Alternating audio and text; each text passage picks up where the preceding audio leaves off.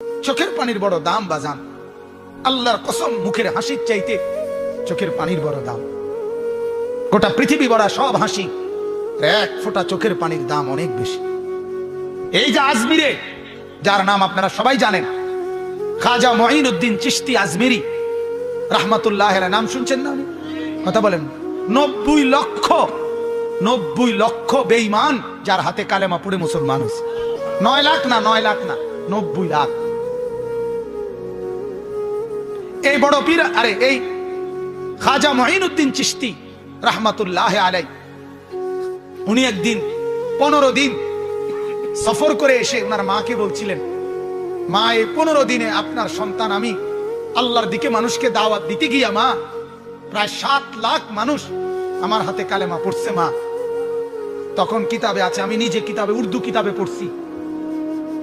খাজা মঈনুদ্দিনের মা বলছে, মঈনুদ্দিন, আল্লাহর কসম বাপ, এটা তোর জবানের বরকত না, বরং এটা আমি মায়ের পবিত্র দুধের বরকত।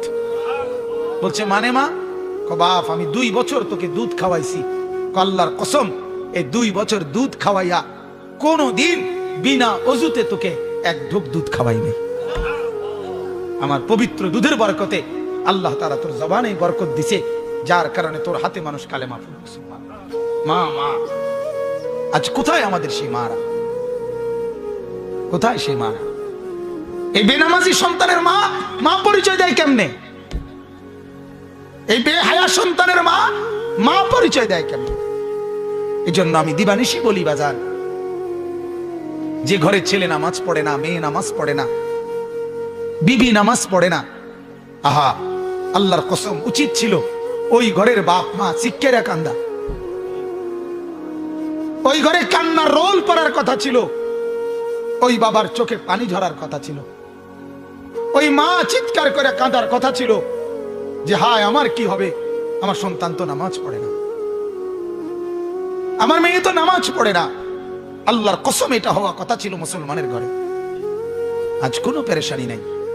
বাবার চোখের সামনে, দাদার চোখের সামনে সন্তান নষ্ট হয়ে যাচ্ছে, স্বামীর চোখের সামনে স্ত্রী বেপর্দা হাজারো ছেলেকে, হাজারো পুরুষকে তারই টাকা দিয়া কিনা গহনা অলংকার, পাউডার, স্নো মাইকা, রাস্তার লম্পট খারাইয়া মুতে, এরম বেদ্দফ এগুলারে দেখতে বললে তার বেড়ি বাইরে, হ্যাঁ? আর এই অপদার্থ স্বামী এটা হজম করে। তোরে জামাই হইতে বললো কে বেড়া? আত্মমর্যাদা যার নাই। হযরত সাদ ইবনে আবি ওয়াক্কাস, একজন সাহাবী রাদিয়াল্লাহু তাআলা আনহু, একদিন বলছিলেন যে আল্লাহর কসম, আমি যদি কোনোদিন 1 মিনিটের জন্য দেখি আমার বিবিকে কোন ভিন পুরুষের সাথে অন্যায় অবৈধ কোনো কথা বলে, আমি সাথে সাথে তার গর্দান ফেলে দেব। আল্লাহর নবী সাল্লাল্লাহু আলাইহি সাল্লামের হাদিসে আছে, নবীজি শুনে এই কথা বললেন, সাদ, তোমার আত্মমর্যাদা যদি এরকম হয়, আমি মুহাম্মদের আত্মমর্যাদা তার চাইতে বেশি।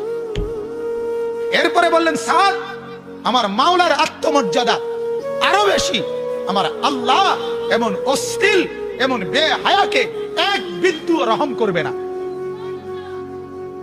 1 বিন্দু ছাড় দিবে না। যুবক, প্রতিটা নজরের হিসাব তোমাকে দিতে হবে। ভাত খানার নাম জিন্দেগি মনে করো না। হ্যাঁ, সারাদিনে ভাত কতটি খাওয়ার, হ্যাঁ, এটারই জিন্দেগি ভেবো না। জীবন মানে মোবাইল একটা, জীবন মানে একটা মোটরসাইকেল, হ্যাঁ, জীবন মানে সিবা ফ্যান, জিন্দেগি মানে এই মাথা চুল এগুলারে শয়তানের মতো কাটায়, এগুলো জীবন কয়, এগুলারে জিন্দেগি বলে? বলেন পৃথিবীর কোন বইয়ে এগুলারে মানুষের জীবন বলে? মোটরসাইকেল, মোবাইল, সিবা ফ্যান, টুটু করে ঘুরে রাস্তার পাশে মেয়ে হাঁটে, তুমি পিছে পিছে সামারের মতো, হ্যাঁ, ছাগলের মতো তুমি পিছে পিছে হাঁটো, অপদার্থ কোথাকার। এটা কোনো জিন্দেগি হইলো? এই জিন্দেগির চাইতে মরে যাওয়াই তো ভালো ছিল বেটা। কয়জন বেড়ি দরকার? কথা বলেন না। একটা ছেলের কয়টা বেড়ি দরকার? আস্তাগফিরুল্লাহ। গুনাহের মধ্যে ডুবে গেছে, নাফরমানির মধ্যে ডুবে গেছে ছেলেরা, অস্থিরতার মধ্যে ডুবে গেছে। মার খবর নাই, বাবার খবর নাই, স্বামীর খবর নাই, কারো কোনো হায়া লজ্জা নাই।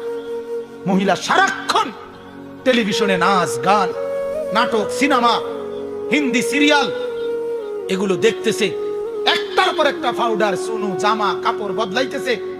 আর বাজারে বাজারে একদিন কিনে জুতা, আরেকদিন কিনে বদনা, আরেকদিন কিনে জামা, যে একটা একটা করে করে আলগা আলগা কিনে এক লগে কিনে হয়ে গেল।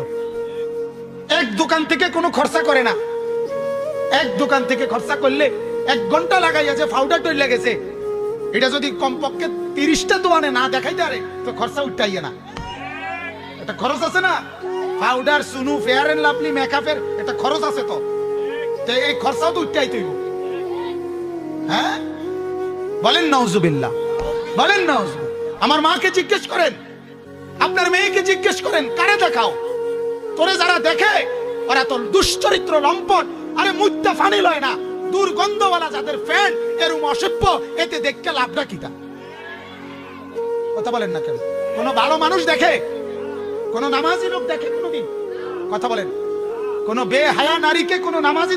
আর যে দেখে তার কলিজাটা, যেই যুবক কোন বেপর্দা নারীরে দেখে, দেখার পরে তার দিলের মধ্যে এই বেডিরে নিয়ে, এই মেয়েটাকে নিয়ে কল্পনাটা কি আসে, এটার আল্ট্রা রিপোর্ট করা বাইর করা হয়।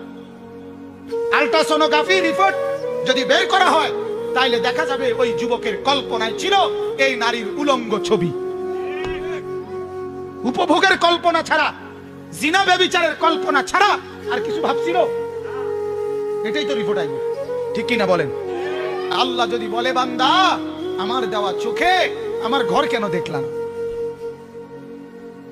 আমার দেওয়া চোখে গত 1 বছরে কোনোদিন আমার কোরআনের একটা পৃষ্ঠা কোনোদিন কেন দেখলা না? আপনি কি বলবেন? কি বলবেন? বলেন। আল্লাহ তাআলা বলেন, আমি কি তোমাকে একটা জিহ্বা দেই নাই? বলেন দিছি কিনা? আল্লাহ যদি বলেন, বান্দা আমার দেওয়া এই জিহ্বা এর বিনিময়ে আমি কি একটা জিকির পেলাম না? আমার নামটা কি একটাবার উচ্চারণ হতে পারলো না? আপনি কি বলবেন? বলো না ভাইয়া। আজ সারাদিন যার মুখে একবার মালিকের নাম উচ্চারণ হলো না, তুমি কি জবাব দিবা? এজন্য মনে রাখবেন, সুম্মা লাতুসআলুন্না ইয়াওমাইদিন আনিন নাঈম। আল্লাহ তাআলা এই কথা স্পষ্ট বলছেন, আমার বান্দা আমার দেওয়া প্রতিটি নিয়ামত আমি আলাদা আলাদা আলাদা আলাদা তোমাকে জিজ্ঞেস করি। হাদিসের মধ্যে আছে, আল্লাহর নবী সাল্লাল্লাহু আলাইহি সাল্লাম বলেন, সাহাবী ও হযরত ওমরকে বলছে, ওমর জিন্দেগিতে যতটা খেজুর খাইছো, প্রত্যেকটা খেজুরের শুকর কি আদায় করছো? আল্লাহ তাআলা সেটা জিজ্ঞেস করেন। আল্লাহর নবী বলছে, ওমর জিন্দেগিতে যত ঢোক পানি খাইছো, প্রতি ঢোক পানির নিয়ামতের শুকর কি করছিলা? আল্লাহ এটা জিজ্ঞেস করেন। আপনি কি ভাবছেন? আল্লাহ তাআলা এখন ছেড়ে দিয়েছেন, আল্লাহ বলে রাখছে দেখা। আল্লাহ নিজে বলছে, ইন্না ইয়াউমাল ফাসলি কানা মিকাতা। আমি তোমাদের ভালো মন্দের পার্থক্য, ন্যায় অন্যায়ের পার্থক্য, সৌভাগ্য দুর্ভাগ্যের পার্থক্য করার জন্য মিকাতা, একটা ওয়াক্ত, একটা সময়, হাসরের একটা মাঠ, কিয়ামতের একটা সময়, পরকালের একটা বিচার দিবস নির্ধারণ করে রাখছি। এই জন্য না এখন মাতি না। কথা বুঝেন নাই আপনি? আল্লাহ বলেন, আমি এমনি খাইতে দিছি।